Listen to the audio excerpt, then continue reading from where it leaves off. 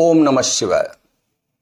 मित्रों, मैं आचार्य चंद्र प्रकाश परम कल्याण साधन यूट्यूब चैनल में आप सबका हार्दिक स्वागत करता हूं। आज मैं आपको बताऊंगा कि यदि आप भगवान की भक्ति करना चाहते हैं तो जाति का अहंकार छोड़ दीजिए, क्योंकि परमात्मा जाति से नहीं प्यार से मिलता है। पलटू ऊंची जाति का मत करो कोई अहंकार, साहब के दरबार में केवल भक्ति प्यार। परमात्मा को सिर्फ प्रेम पसंद है, जात से उन्हें कोई लेना देना नहीं है। और जब आप मंदिर जाते हैं तो ध्यान रखें, मंदिर में किस तरीके से जाया जाता है अधिकांश लोगों को पता नहीं। कथा भागवत हो रही है, वहां कैसे जाएं? बहुत ही महत्वपूर्ण विषय पर मैं आज चर्चा करने जा रहा हूं, जिसे एक कथा के माध्यम से मैं आपको बताऊंगा कि किसी भी तीर्थ स्थल पर, किसी भी मंदिर में, किसी भी कथा पंडाल में, किसी भी संत के दर्शन करने के लिए जाते समय हमें क्या करना है, जिससे हमें लाखों करोड़ों अश्वमेध यज्ञ का फल प्राप्त हो जाए। अश्वमेध यज्ञ का फल प्राप्त हो जाए, क्योंकि अश्वमेध यज्ञ बहुत बड़ा यज्ञ होता है, उसका फल भी बहुत बड़ा होता है। क्योंकि जो 108 अश्वमेध यज्ञ कर लेता है वो इंद्र की पदवी पाता है। और मैं यहां बात कर रहा हूं लाखों करोड़ों अश्वमेध यज्ञ की, जिनका फल आपको मिल सकता है यदि आप इस तरीके से चलेंगे, जैसे मैं उदाहरण के रूप में आपको बता रहा हूं। किया युधिष्ठिर यज्ञ बटोरा सकल समाजा, मर्दा सबका मान सुपच बिन घंट न बाजा। अश्वमेध यज्ञ दो तरीके के होते हैं। एक तो जिसमें आहुतियां दी जाती हैं, सामग्री होमी जाती है, एक वो अश्वमेध यज्ञ होता है। एक अश्वमेध यज्ञ वो होता है जिसमें भंडारा किया जाता है, लोगों को खिलाया जाता है, वो भी यज्ञ होता है। ठीक है। महाराज युधिष्ठिर ने अश्वमेध यज्ञ किया था। अश्वमेध यज्ञ की एक खास बात यह थी कि जैसे ही यज्ञ संपूर्ण होगा तो घंटा बजेगा। घंटा बजाया नहीं जाएगा, स्वतः बजेगा, अपने आप बजेगा। तो जान लिया जाता था कि हमारा अश्वमेध यज्ञ पूर्ण हो गया। तो महाराज युधिष्ठिर का यज्ञ उन्होंने किया, लेकिन घंटा नहीं बजा।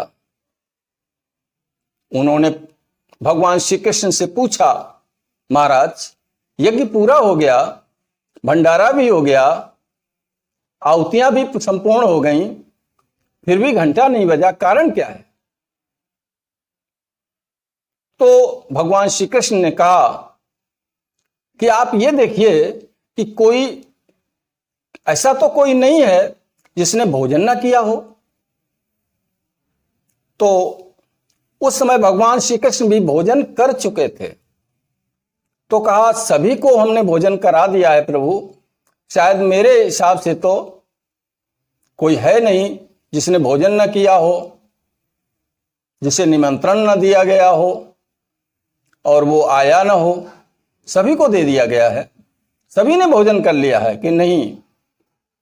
तब भगवान श्री कृष्ण ने बताया कि एक महात्मा है, वो रह गए हैं, उन्हें आमंत्रित नहीं किया गया, वहां कोई गया ही नहीं। पांचों पांडव गए उन महात्मा जी के पास और कहा जाकर के, प्रभु हमारे यहां एक अश्वमेध यज्ञ हमने संपन्न किया है, आपका उसमें आमंत्रण है, आप चलिए मेरे साथ और भोजन ग्रहण कीजिए। महात्मा ने कहा, मैं तो भोजन करता नहीं। कि महाराज भोजन नहीं करते, क्यों नहीं करते? उन्होंने कहा मैं भोजन करता तो हूं, लेकिन उसके यहां करता हूं जो 108 अश्वमेध यज्ञ कर चुका हो और उसका फल मुझे दे दे, तब तो मैं जा सकता हूं। तो उन्होंने कहा प्रभु हमारा तो पहला ही अश्वमेध यज्ञ नहीं पूरा हुआ, हम आपको 108 का कहां से दें? और हताश होकर के पांडव चले आए। महात्मा ने मना कर दिया कि तब तो मैं नहीं जाता। उदास बैठे थे। द्रौपदी ने पूछा महाराज युधिष्ठिर से कि प्रभु क्या बात है, आप लोग सब उदास क्यों हैं? तो उन्होंने कहा ऐसे ऐसे पूरा वाकया बताया। कहा महात्मा जी नहीं आ रहे हैं भोजन करने के लिए, 108 अश्वमेध यज्ञ का फल मांग रहे हैं, अपना तो पहला ही नहीं पूरा हुआ। द्रौपदी ने कहा चलिए मैं चलती हूं, मैं उन्हें लाती हूं। द्रौपदी ने राजसी वस्त्रों को उतारा, नंगे पांव चल दी महात्मा जी को लेने के लिए। महात्मा जी के पास जब वो पहुंची तो महात्मा जी ने कहा, महात्मा जी से कहा कि महाराज चलिए हमारा अश्वमेध यज्ञ है और उसमें आप भोजन कर लीजिए। तो उन्होंने कहा तुम्हें पांडवों ने नहीं बताया? अरे भाई मैं तो वहीं जाता हूं भोजन करने जो 108 अश्वमेध यज्ञों का फल मुझे दे देता है। तो द्रौपदी ने कहा कि ये बात एक बार मैंने भगवान श्री कृष्ण से पूछी थी, तो उन्होंने बताया कि जो भी व्यक्ति नंगे पैर कथा भागवत में किसी तीर्थ स्थल पर, किसी मंदिर में, किसी महात्मा के दर्शन करने के लिए नंगे पांव जाता है, अपने अहंकार को त्याग करके, उसे एक एक पग पर अश्वमेध यज्ञ का फल प्राप्त होता है। तो प्रभु मैं 18,000 कदम चल के आई हूं,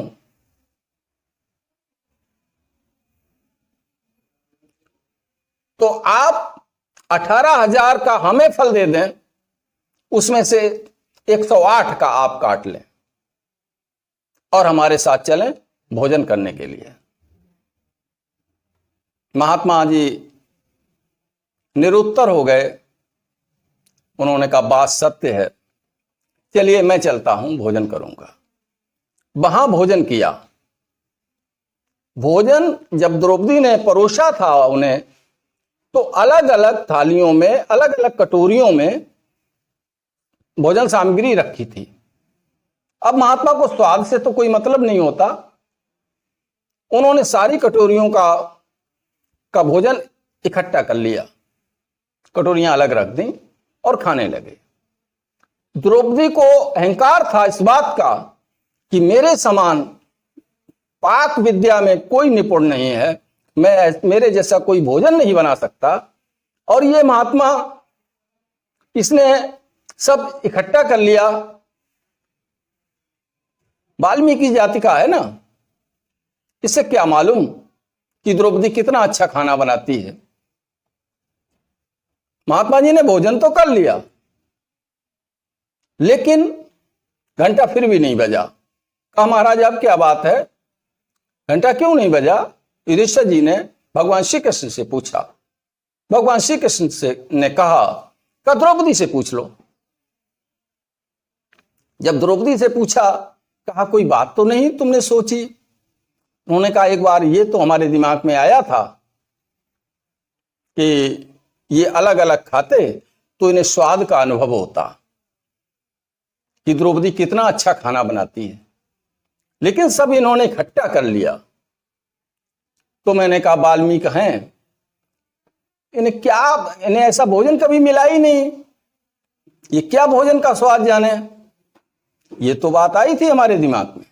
तो उन्होंने कहा द्रौपदी तुमने बहुत गलत किया, महात्मा को स्वाद से कोई मतलब नहीं होता, महात्मा सिर्फ पेट भरते हैं, स्वाद नहीं लेते हैं। आप जाओ और उनसे माफी मांगो। तब द्रौपदी आई। द्रौपदी ने अपनी विनती की, प्रभु मैंने आपके बारे में ऐसा कुछ सोच रखा था, मुझे अहंकार था अपने भोजन पर, और आप मुझे क्षमा कर दें। द्रौपदी महात्मा तो वैसे भी क्षमाशील होते हैं, दयालु होते हैं। उन्होंने कहा ठीक है, कोई बात नहीं, मैंने तुम्हें माफ किया। जैसे ही ये कहा कि मैंने तुम्हें माफ किया, घंटा बज गया अपने आप और यज्ञ पूर्ण हो गया। तो मेरे मित्रों, भक्तों, आप जब भी मंदिर जाएं, नंगे पैर जाएं, इस और अहंकार को छोड़ करके जाएं। अहंकार को घर ही छोड़ दें कि मैं इतना बड़ा आदमी हूं और नंगे पैरों जा रहा हूं, भगवान मुझसे बहुत जल्दी खुश हो जाएंगे। मत सोचिए ऐसा। नंगे पैरों जाइए, अहंकार को छोड़ दीजिए। किसी तीर्थ स्थल पर किसी महात्मा के दर्शन करने के लिए जहां कथा भागवत हो रही हो, वहां भी आप नंगे पैरों जाइए। फिर देखिए कि आपके जीवन में कितना परिवर्तन होता है, क्योंकि पुण्य का फल सुख की प्राप्ति है। तो आपके जीवन में सुख ही सुख मिलेगा। ये बात शास्त्र प्रमाणित है, इसलिए इस पर अमल करने की कोशिश करिए। हम भी करेंगे, आप भी करिए। ठीक है, आशा करता हूं दी गई जानकारी आपके लिए उपयोगी साबित होगी। यदि ऐसा है तो वीडियो को लाइक और शेयर करें, अधिक से अधिक मित्रों में शेयर करें, ताकि ये ज्ञान उन तक भी पहुंच सके और आपको पुण्य की प्राप्ति हो। मैं भगवान से प्रार्थना करता हूं कि आपको आपके जीवन में सुख, समृद्धि और आध्यात्मिक जीवन में तरक्की प्रदान करें। इन्हीं शब्दों के साथ ओम नमः शिवाय, ओम नमः शिवाय, ओम नमः शिवाय।